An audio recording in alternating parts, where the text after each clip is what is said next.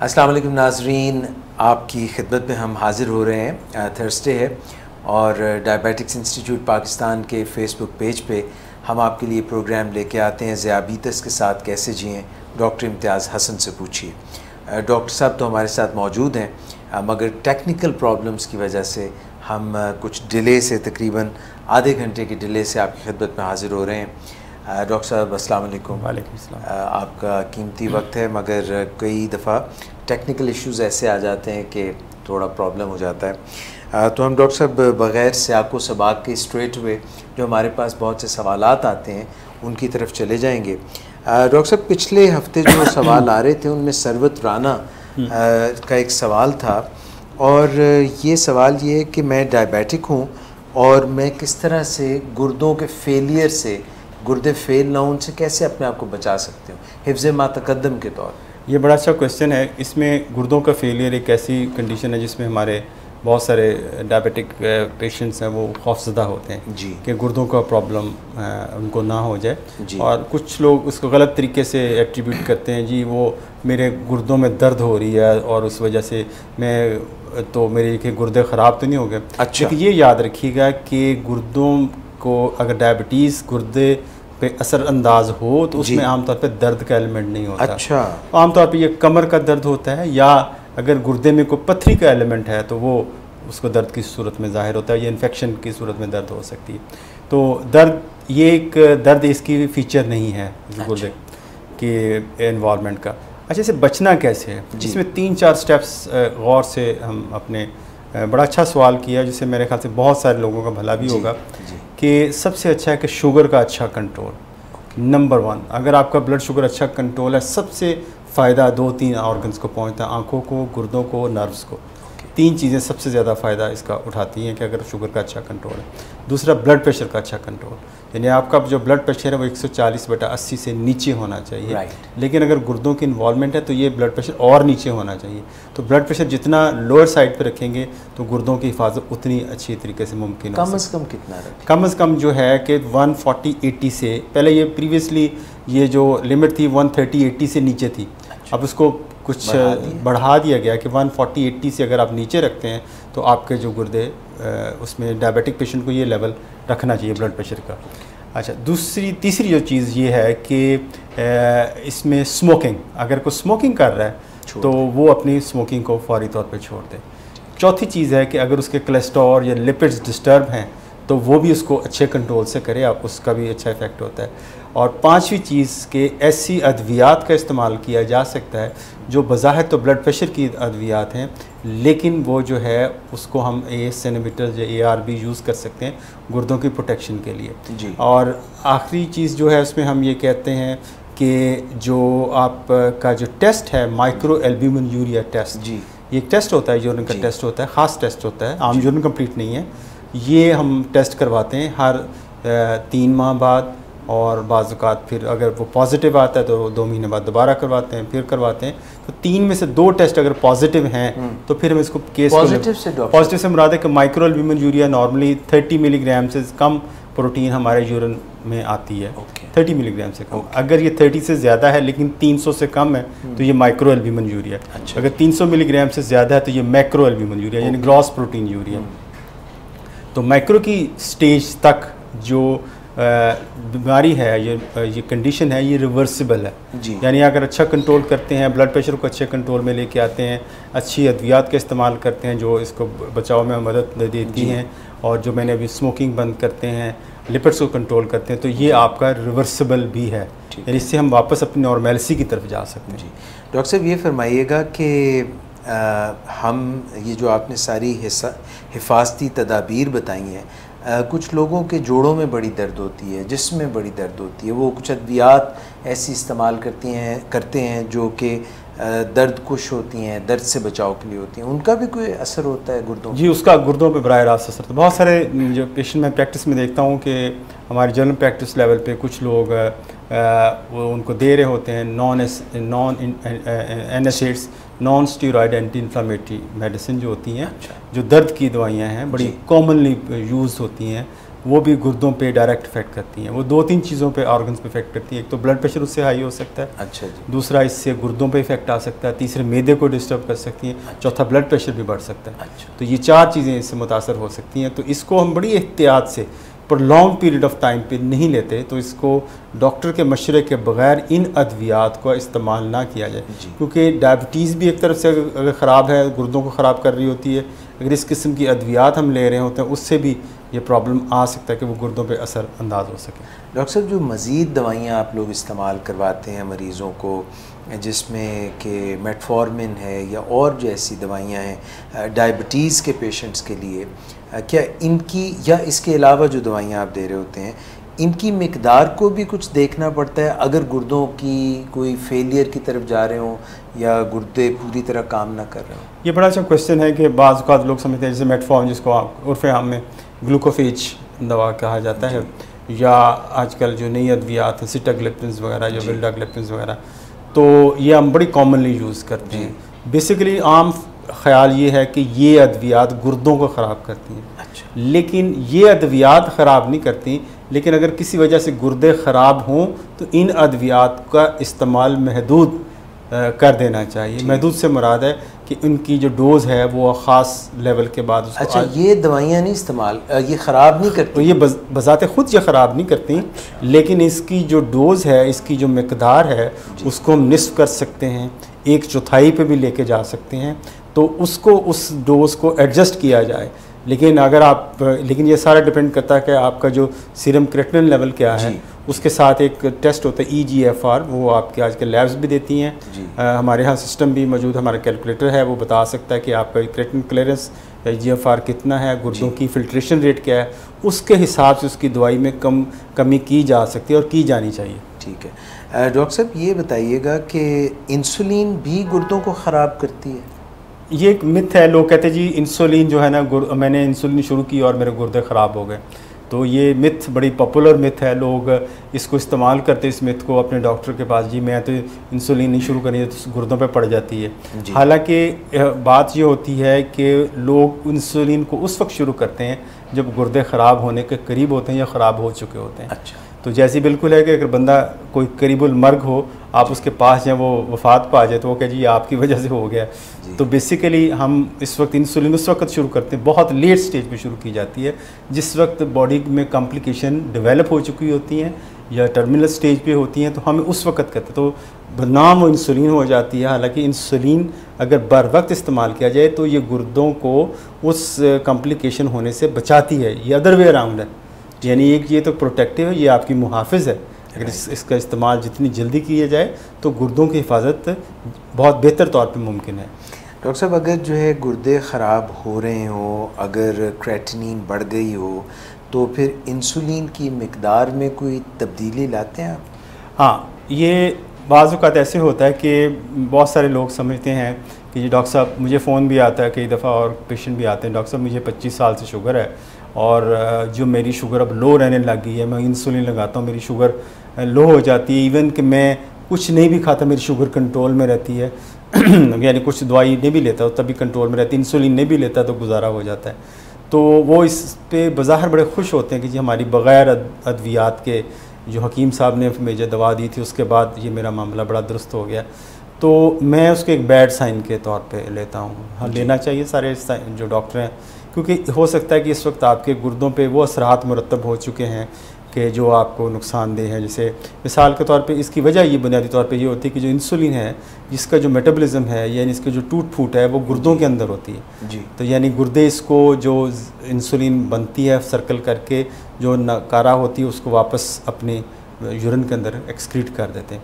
लेकिन जब गुर्दे ख़राब होते हैं तो ये टूट फूट का अमल नहीं होता। अच्छा। तो जो इंसुलिन फॉर एग्जांपल अगर किसी ने 10 यूनिट दिए हैं तो 10 यूनिट सर्कुलेशन के अंदर ज़्यादा देर बॉडी के अंदर स्टे ऑन करेंगे तो आपकी शुगर को लो कर सकते हैं।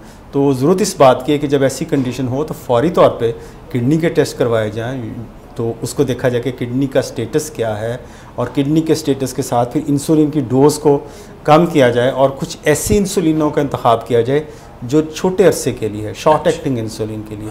जैसे आज मेरे पास एक पेशेंट था, उसको भी ऐसी सेम कंडीशन थी, तो हमने उसको शॉर्ट एक्टिंग इंसुलिन पे कन्वर्ट किया लोअर डोज पे। तो इससे उसको है, लेकिन ये एक अच्छा साइन नहीं है। अगर बगैर किसी चीज़ के शुगर कंट्रोल हो रही तो इस फौरी तौर पे अपने किडनी टेस्ट आप टेस्ट करवाएं। ठीक है डॉक्टर साहब, ये भी फरमाइएगा कि जब हम ये शुगर इतनी लॉन्ग स्टैंडिंग रहती है और गुर्दे, आपने फरमाया एक टेस्ट आपने जिक्र किया माइक्रो एल्ब्यूमिन यूरिया का, जो शायद पेशाब में चेक करते हैं आज, यूरिन फॉर माइक्रो एल्ब्यूमिन जिसका ठीक हो गया। तो डॉक्टर साहब, ये क्या एल्ब्यूमिन कोई प्रोटीन है या क्या चीज़ है जो पेशाब में आम तौर पे बहुत कम आनी चाहिए, जैसे आपने कहा 30 मिलीग्राम से कम आनी चाहिए, और फिर जब ये बढ़ जाती है तो पेशाब में आनी क्यों शुरू हो जाती है? ऐसे होता है, ये है कि नॉर्मली जब हमारे गुर्दे काम कर रहे होते हैं तो जो फूड, फॉर एग्ज़ाम्पल हमारे खून के अंदर ग्लूकोज भी होता है, प्रोटीन्स भी होती हैं जी, जो ऐसे अज्जा होते हैं जो हमें हमारे जिस्म को जिनकी ज़रूरत होती है, और कुछ फासद मादे भी होते हैं जी। तो जब ये खून गुर्दों के अंदर पहुंचता है तो गुर्दे के अंदर छोटे छोटे बहुत बारीक फ़िल्टर्स लगे हुए हैं, छन्नी की तरह होते हैं, नेफ्रॉन्स जिनको हम कहते हैं। तो नेफ्रॉन्स का ये काम है कि जो सारा एक दफ़ा जो सारे मटीरियल जिसमें फासद मादे भी होते हैं, जिसमें आकार आमद मादे भी होते हैं, वो सारे उसके ल्यूमन में चले जाते हैं, उस छन्नी के अंदर आ जाते हैं, एक दफ़ा उसमें से गुजरते हैं, एक दफ़ा से गुजरते हैं। तो जो काम के मादे होते हैं वो गुर्दे उनको वापस अपनी जगह, अपने वापस खून के अंदर वापस ले लेते हैं, और जो फासद मादे होते हैं वो यूरिन के अंदर उसको एक्सक्रीट कर दिया जाता है, बाहर निकाल दिया जाता है। तो ये अल्लाह का एक बड़ा अच्छा सिस्टम है, हमें प्रोटेक्टिव सिस्टम दिया। तो जब डायबिटीज़ की वजह से जो ये छन्नी ख़राब हो जाती है जी, इसके जो समझने की छन्नी के सुराख कुछ और में तब्दीली आती है, तो जो प्रोटीन जो है, जो नॉर्मली प्रोटीन सारी वापस चली जाती है और वो फिर वापस पूरी तरह नहीं जाती, वो यूरिन के अंदर आना शुरू होती है। तो ये हमें एक बिल वास्ता एक इंडिकेशन मिल जाती है कि छननी के अंदर कुछ ख़राबी आ गई है, जिसकी वजह से प्रोटीन यूरिन के अंदर आ रही है, तो हमें फ़ौरन अलर्ट हो जाते हैं कि ये इसका हमें इलाज करना चाहिए। तो ये कोई पेशाब में झाग बनने लग जाती है ऐसे? इसमें जो आमतौर पे होता है कि बहुत सारे पेशेंट कंप्लेंट करते हैं कि जी यूरिन करते हैं तो जो कमोड है उसके अंदर हमें झाग सी फील होती है, क्योंकि प्रोटीन है जब उसमें सरफेस पे वाटर के साथ आती है तो उसके साथ सॉलिबिलिटी के इशू की वजह से एक झाग की शक्ल में आती है। तो झाग मुख्तलिफ हो सकती है, लेकिन फौरी तौर पे यूरिन टेस्ट अपना करवाना चाहिए, अपने बाकी किडनी टेस्ट भी करवाने चाहिए, लेकिन झाग आना कोई अच्छी अलामत नहीं है। डॉक्टर साहब ये भी फरमाइएगा कि यूरिन कंप्लीट एग्जामिनेशन जो आप कराते हैं ये बुनियादी सा टेस्ट है और ये मेरा ख्याल इतना महंगा भी नहीं है, तो ये कोई कुछ अलामात के लिए या कोई इंडिकेशंस के लिए बेहतर टेस्ट है? इसमें भी पता चल जाता है आम तौर पे कि कोई प्रोटीन है, कोई जो है ग्लूकोज है, या इस किस्म की चीज़ें? देखिए किसी ज़माने में ना यूरिन टेस्ट आप बहुत, जब मेरे ख्याल से हम स्टूडेंट लाइफ के अंदर था कि फॉर्ड्स में जाते थे, वहाँ रंग बिरंगी ग्राफ से बने होते थे, तो उस वक्त जो शुगर का इलाज है या इंसुलिन है वो हर पेशेंट का यूरिन टेस्ट किया बेनेडिक्ट सोल्यूशन से किया जाता था जी, नीला सा सोल्यूशन, उसके अंदर यूरिन के कुछ 8 ड्रॉप्स डाल के उसको गर्म किया जाता था, उससे वो पता चलता था इसमें क्या इसका कलर है, कितने % शुगर आ रही। तो ये बड़ा क्रूड सा मेथड था जिससे आपको अंदाज़ा होता है। तो क्योंकि बॉडी जो किडनी है वो उसका एक थ्रेशोल्ड है, यानी जैसे एक गिलास है, आप उसको पानी से भरना चाहते हैं, गिलास को पूरा भर दे तो जो बाकी है वो उसके किनारों से बाहर उछल पड़ेगा जो है। तो इस तरह हमारा जो लेवल जो किडनी जिसको हैंडल कर सकते हैं वो 180 मिलीग्राम है, जिसको रीनल थ्रेशोल्ड कहते हैं। अच्छा। यानी हमारे जो अगर शुगर लेवल 180 मिलीग्राम से नीचे है तो यूरिन में अपीयर नहीं होगा। खून में अगर 180 से नीचे है तो अपीयर नहीं होगा। ये खून पेशाब में उस वक्त ज़ाहिर होगा, ये छलक पड़ेगा यूरिन के अंदर जब ये 180 मिलीग्राम से ज़्यादा जाएगा। तो जब इसका मतलब जब आपका शुगर 180 मिलीग्राम से ज़्यादा जाएगा तो ये यूरिन में स्पेल कर सकता है, आ सकता है। तो ये इससे यूरिन पता चल जाता है कि यूरिन में ग्लूकोज आ रही है तो हमें पता चल जाए कि शुगर लेवल ठीक नहीं है। दूसरा ये है कि प्रोटीन का आना बज़ाते खुद ठीक नहीं है। बाज़ औक़ात पस सेल्स होते हैं जिससे पता कि यूरिन का इन्फेक्शन है। बाज़ औक़ात क्रिस्टल्स होती हैं कि फ़लाँ कैल्शियम ऑक्सिलेट क्रिस्टल के सोचता है इसमें पत्थरी हो। बाज़ औक़ात ब्लड रेड ब्लड सेल्स होते हैं, RBCs लिखा होता है, वो ये शो करते हैं कोई ऐसी चीज़ जो ब्लड उसके अंदर ब्लड वेसल को डैमेज कर रही है, जैसे कोई पथरी भी हो सकती है और बीमारियां भी हो सकती हैं। तो एक यूरिन रिपोर्ट अगर सही तरीके से किया, उससे भी आपको काफ़ी इन्फॉर्मेशन मिल सकती है एक सस्ते टेस्ट से।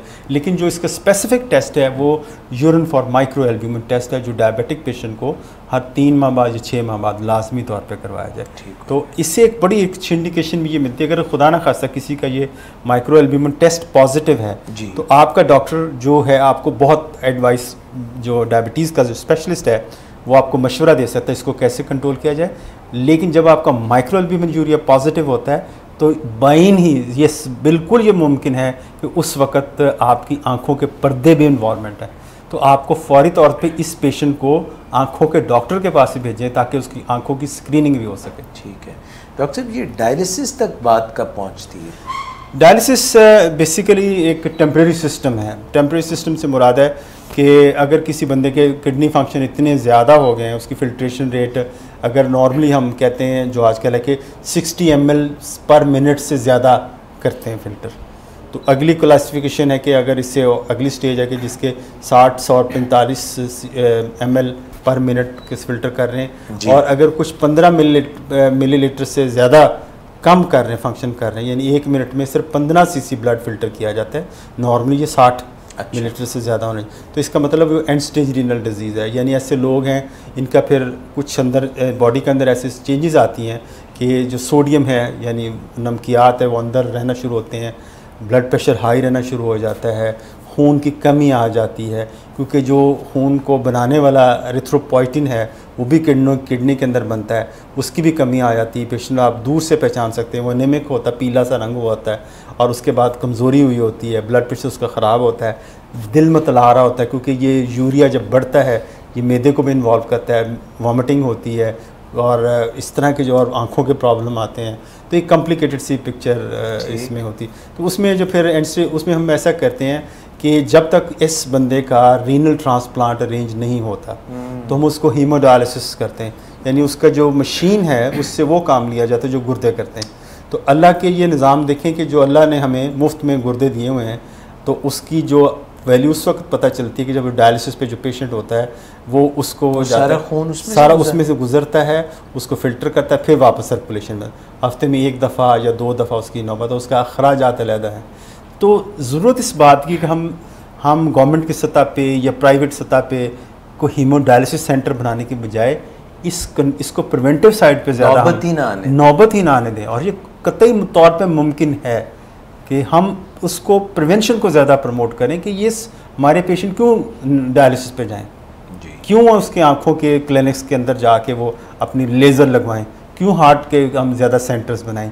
हमें प्रिवेंट करना है बीमारियों को, हमारा जो हेल्थ बजट है वो इतने एक्सपेंडिचर बर्दाश्त नहीं कर सकता, इवन यूएसए का भी बर्दाश्त नहीं कर सकता। ठीक, तो आपने बुनियादी तौर पे ये फरमाया है कि डायबिटीज़ के मरीज़ जो हैं वो अपने गुर्दों को बचा सकते हैं अगर वो अपनी ब्लड शुगर ठीक रखें, अपना ब्लड प्रेशर ठीक रखें, अपनी चर्बी का लेवल ठीक रखें। अगर वो सिगरेट पीते हैं तो सिगरेट पीना फ़ौरन बंद कर दें। जी, ये आपने बहुत अच्छी बात है। मेरा ख्याल है ये सरवत राना साहिबा आपने जो सवाल किया है, डॉक्टर साहब ने बहुत ही तफसील से इसके मुख्तलिफ़ पहलुओं पर बातचीत की है। डॉक्टर साहब ये तो सवाल हो गया, एक और इनबॉक्स में सवाल आया हुआ है, ये मैं आपकी खिदमत में पेश करता हूँ और फिर आज के प्रोग्राम में क्योंकि वक्त की कमी है तो फिर हम इजाज़त ले लेंगे अपने नाजरीन से। मिर्ज़ा इमरान अरशद साहब हैं, कहते हैं कि इनकी वालिदा जो हैं उनका ब्लड प्रेशर हाई है, वो डायबिटीज़ की मरीज़ा हैं और प्रॉब्लम ख़ास तौर पे ये है कि उनको अपने कंधे में बहुत ज़्यादा दर्द होती है और वो कंधा हिला भी नहीं सकती और ज़रा सा भी हिलाएं तो उनकी चीखें निकल जाती हैं और उनको बड़ी सख्त दर्द होती है। ये कह रहे हैं कि विल यू गाइड मी कि मैं क्या करूं, क्या वो अपनी रेगुलर दवा खाती रहें डायबिटीज़ की, और ब्लड प्रेशर का भी मसला है और ये बुनियादी तौर पर पूछ रहे हैं कि ब्लड प्रेशर, शुगर और ये दर्द जो है इसके लिए क्या करें। अच्छा, ये एक बड़ी कॉमन प्रॉब्लम है जो बुरे कंट्रोल के साथ एसोसिएटेड है। इसको हम अपनी ज़बान में जो टेक्निकल ज़बान में एडहेसिव कैप्सुलाइटिस कहते हैं और वैसे इसको हम फ्रोजन शोल्डर का काम कि शोल्डर दोनों बातें बता दें। एडहेसिव कैप्सुलाइटिस क्या चीज़ है, फ्रोजन ये एक ही बीमारी के दो नाम है। एडेसिव कैप्सुलाइटिस हम टेक्निकल ज़ुबान में जो हमें इससे जो डॉक्टर वो समझ जाएगा कि जो शोल्डर का जो जॉइंट है उसकी गिर्द एक कैप्सूल सा होता है। अच्छा। कुछ झिल्लियाँ सी लगी होती है कैप्सूल, उसको पट्टियों की शक्ल में अल्लाह ताला ने निज़ाम दिया हुआ है मजबूत उसको रखने के लिए, ताकि ये जोड़ निकल ना जाए। अच्छा। तो जब शुगर का लेवल ख़राब तो इसमें कैल्शियम डिपॉजिट हो जाता है। ये शुगर की वजह से ना डायबिटीज़ जब अनकंट्रोल होती है, बाज़ औक़ात लोगों को डायबिटीज़ का पता ही नहीं होता, तो उनका वो कहते हैं मेरे शोल्डर में दर्द रहता है और मेरा ऊपर नहीं होता, बाजू में जेब से पैसे निकालने लगता हूँ ट्राउज़र से तो वो नहीं निकलते, पीछे हाथ नहीं जाता, कपड़े चेंज नहीं कर सकते, शर्ट नहीं पहन सकते, तो इस किस्म के तो हम कहते हैं अपनी शुगर टेस्ट कराएं। बाज़ औक़ात ये प्रेजेंटिंग सिम्टम भी होती है, लेकिन अक्सर जो बुरे कंट्रोल के साथ ये देखा गया है कि फ्रोज़न शोल्डर बहुत कॉमन बीमारी है। इसमें जो बुनियादी नुक्ता वही है, जैसे हम बात करते हैं कि सबसे ज़रूरी है कि शोल्डर इसके बचने के लिए तो शुगर का अच्छा कंट्रोल रखा जाए, अगर दर्द हो ही गए तो फिर भी कंट्रोल अच्छा रखा जाए। अच्छा, तो बाज़ औक़ात कंट्रोल बेहतर होने से ये बेहतर हो जाता है, कंधे लग जाते हैं। बिल्कुल ऐसे है कि देखिए ये एक जंग की कैफियत है, अगर दरवाजे के कब्जे को जंग लगा हुआ है, आप उसको खोलना चाहते हो, वो दरवाज़ा आवाज़ करेगा, मुश्किल से खुलेगा। जब थोड़ा सा उसको तेल लगा दें, उसको कुछ रवां करें तो उसकी कुछ मूवमेंट उस पर बेहतर हो जाती है। तो दूसरा इसमें जो है बाज़ को हम पेन किलर पेशेंट लेने की आदत में चले जाते हैं। दूसरा इसमें कुछ एक्सरसाइजेज हैं जो बड़ी हेल्प करती हैं, वो अगर आप कभी हम मौका दें तो हम उसमें फिर उसको डेमोन्स्ट्रेट किया जा सकता है। हमारा प्रोग्राम का जो तवालत इतनी नहीं है कि हम इसको हम डेमोन्स्ट्रेट करें। कुछ वर्जिशें हैं जो आपका फिजियोथेरेपिस्ट या आपका डॉक्टर आपको बता सकता है, जिससे ये मुसलसल करने से ये काफ़ी बेहतर हो जाता है। अच्छा। अगर इसके बावजूद ये प्रॉब्लम रहती है तो हम ऑर्थोपेडिक फिजिशियन या सर्जन के पास, रोमाटोलॉजिस्ट के पास या ऑर्थोपेडिक सर्जन के पास रेफ़र करते हैं। वो उसके अंदर इंट्राआर्टिकुलर इंजेक्शन यानी जोड़ के अंदर इंजेक्शन दिया जा सकता है स्टीरॉइड्स का, लेकिन उससे देखेंगे जब स्टीरॉइड का इंजेक्शन उससे कुछ आपका शुगर लेवल भी डिस्टर्ब होगा, ब्लड प्रेशर भी डिस्टर्ब हो सकता है। अच्छा, फिर भी अगर वैसी कैफियत रहती है तो एज ए लास्ट रिजॉर्ट जो बड़ा इफेक्टिव ट्रीटमेंट है कि पेशेंट को थोड़ी देर के लिए जनरल एनेस्थीसिया बेहोश कर दिया जाता है, जैसे थोड़ी देर के लिए मास्क पे। अच्छा। उसके बाजू को पूरा डॉक्टर घुमा देता है, मोबिलिटी उसकी रिस्टोर करनी, हमें मोबिलिटी रिस्टोर करने के लिए, तो उसको पूरा गोलाई में घुमा के ताकि उसके जो एडहेजन्स बनी हुई हैं जो तोड़ दी जाए, जो जंग लगा वो उसको तोड़ दिया जाए। होश की हालत में दर्द ज़्यादा, अगर होश की हालत में किया जाएगा तो वो बर्दाश्त नहीं कर सकेगा, तो चंद मिनट के लिए बेहोश करके उसको ये एडिशन को तोड़ दिया जाता है, जिससे एक काफ़ी रिलीफ मिल जाता है। लेकिन इसमें एक अच्छा पहलू ये है कि अगर आप अच्छा कंट्रोल कर लेते हैं, ये रिवर्सिबल कंडीशन है। अच्छा, कुछ लोग भी रिवर्सिबल है, चांद माह, कुछ लोग चांद माह में ठीक हो जाते हैं, कुछ 6 माह में, कुछ साल, बहुत जो बुरा अच्छा कंट्रोल इतना जिनका अच्छा नहीं होता तो ये तकरीबन साल के बाद, लेकिन ये इस टोटली रिवर्सिबल कंडीशन। यानी ब्लड शुगर कंट्रोल रखना जो है बुनियादी इकाई है। जी, बुनियादी इकाई है बिल्कुल। अगर आपका ब्लड शुगर कंट्रोल है, देखें जो पेशेंट्स जब हम बात करते हैं उसमें उनसे यही बात करता हूँ कि खुदा न खास्ता आपको कोई 10 या 15 बीमारियाँ नहीं लग गई, आपको बीमारी एक है, उसकी वजह से शाखसाने हाँ उसी के शाखसाने हैं, उसी की ब्रांचें हैं, उसी का जो है उसके चेहरे हैं। डायबिटीज़ के हिडन फेसेस हैं, यानी आपको कहीं तो आपको फेस सामने नज़र आ रहा होता है, कुछ हिडन फेसेस हैं। फ्रोज़न शोल्डर है, किडनी का मुतासर होना इसका है, गुर्दों पे इफ़ेक्ट करना और दिल की प्रॉब्लम होना, ये इसके फेसेस बाद में नज़र आते हैं। तो ये हिडन फेसेस, तभी हम हिडन फेसेस को रिकग्नाइज़ कर सकते हैं। अब इसको जब हम इस अच्छा कंट्रोल और अच्छी केयर के अंदर हो, देखिए डायबिटीज़ की जो मैनेजमेंट है ये कैजुअल मैनेजमेंट नहीं है बिल्कुल जी। कभी चले गए डॉक्टर के पास, फॉलोअप के लिए चले गए, कभी देखा कुछ हुआ तो चले जाएंगे। अभी क्या है, उस लोग इसको सर दर्द की तरह लेते हैं, टांग के दर्द की तरह लेते हैं, कुछ होगा फिर ठीक, अब तो ठीक है, कुछ हो ही नहीं रहा। प्रॉब्लम ये होती है कि ये आमतौर पर डायबिटीज़ कुछ कहती नहीं है तो पेशेंट लापरवाह हो जाते हैं, तो उसकी वजह से फॉलोअप लूज़ करते हैं। जब फॉलोअप लूज़ करते हैं, कुछ अद्वियात छोड़ देते हैं, कुछ हकीम की शुरू कर लेते हैं, कुछ हमसाये की प्रिस्क्राइब वो शुरू कर लेते हैं, तो खुदा न खास्ता फिर अल्टीमेटली कॉम्प्लिकेशंस के साथ आते हैं हमारे पास। डॉक्टर साहब, आखिर में आप ही की गुफ्तगू में से 3 सवाल निकले। एक आपने जिक्र किया था non steroidal anti inflammatory drugs का, एनसेड्स का, वो दवाइयाँ थी जो दर्द के लिए आप देते हैं, आपने कहा उनके ऊपर भी नज़र रखें, वो भी अनजुडिशियसली बग़ैर डॉक्टर की प्रिस्क्रिप्शन के ना इस्तेमाल करें। दूसरी, आपने हकीमों का 2 दफ़ा अपनी गुफ्तगू में ज़िक्र किया है, और कुछ लोग जो हैं वो क्वैक्स या हकीम ये क्लेम करते हैं कि हम आपकी शुगर को जड़ से उखाड़ देंगे, और वो कई दफ़ा जो है ऐसे स्टीरॉइड्स या ऐसी कोई दवाइयाँ दे देते हैं जिसकी वजह से गुर्दों के फेल होने की शरह बढ़ जाती है। और तीसरा सर, इसी से मुतल्लिका सवाल ये है कि आपने कहा कि वो टीका लगा देते हैं, कई दफ़ा ज़रूरत पड़ जाती है, तो ये बताइएगा एनसेड वाली बात, फिर हकीमों वाली बात, और फिर स्टीरॉइड्स कहाँ इस्तेमाल करना बनता है और कहाँ नहीं बनता, और शुगर पे उसके असरात। इसमें जो NSAIDs मैंने बताया उसका जो इफ़ेक्ट है वो आपके मैदे पे, आपके ब्लड प्रेशर पे, आपके गुर्दों पे इफ़ेक्ट होता है, जो बहुत सारे मिसयूज़ हो रहा होता है। डॉक्टर उसको कहता है जी आप ये 15 दिन के लिए इस्तेमाल करें, मरीज़ उसको सारी 6-6 महीने खा रहा होता है। ठीक हो, एक तो ये बात होगी। दूसरा स्टीरॉइड्स, देखें हम जो ना हमारी कौम के अंदर एक थोड़ा सा हम जिसमें हम सारे शामिल हैं कि हमें अगर कुछ सुहाना बड़ा अच्छा खूबसूरत सा ख्वाब दिखाए हम उसके पीछे चल लग जाते हैं जी। लोग कहते हैं इसको ख़त्म कर दिया जाएगा, आप ये दवाई खाएं, ये तो मेरे कल है। कल एक मेरे पास पेशेंट था कि टीवी पे एक दवा का ऐड चल रहा है, उस पर मैं वो दवा इस्तेमाल की और वो कहते थे शुगर ख़त्म हो जाएगी। लेकिन उसका जो A1C जब चेक किया तो 12% था, तो वो आराम से उस पर इन्हिसार करके बैठा हुआ था।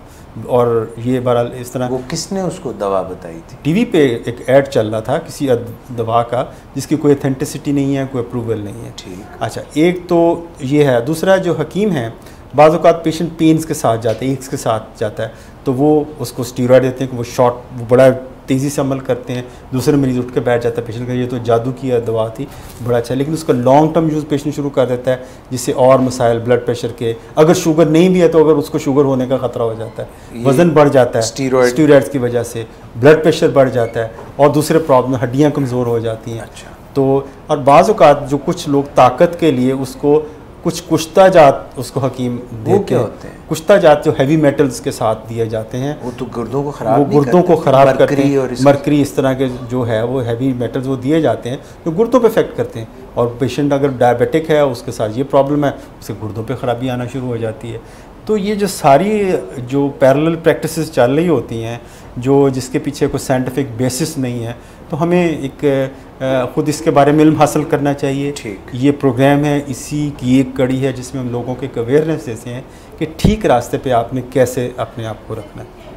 डॉक्टर साहब, थैंक यू वेरी मच। अगरचे वक्त मुख्तसर था, मगर आपने बहुत जामे और बहुत टू द पॉइंट गुफ्तगू की, और ना सिर्फ गुर्दों के मुतालिक आपने बहुत सी मालूमात वहाँ पहुँचाई, बल्कि ये जो शोल्डर का दर्द है उसके मुतालिक भी पहुँचाई। Once again thank you very much. It was another very fruitful session with you. नाज़रीन, डॉक्टर इम्तियाज़ हसन के साथ अभी हम महवे गुफ्तगू थे ज़ियाबीतस के साथ कैसे जिएँ, ये प्रोग्राम लेके हम आपके लिए हाज़िर होते हैं। और नेक्स्ट थर्सडे हम डॉक्टर साहब के क्लिनिक जाएँगे और इनके क्लिनिक में इनका एक इंटरव्यू करेंगे, जो कि डायबिटीज़ के तमाम पहलुओं को चीदा we will touch upon them, वो भी ज़रूर थर्सडे को देखिएगा। अपना बहुत ख्याल रखिएगा। डॉक्टर इम्तियाज़ हसन, डॉक्टर एजाज़ कुरैशी को इजाज़त दीजिएगा। अल्लाह हाफ़िज़। अभी वो आपने नेफ्रोलॉजी तो कवर कर दी।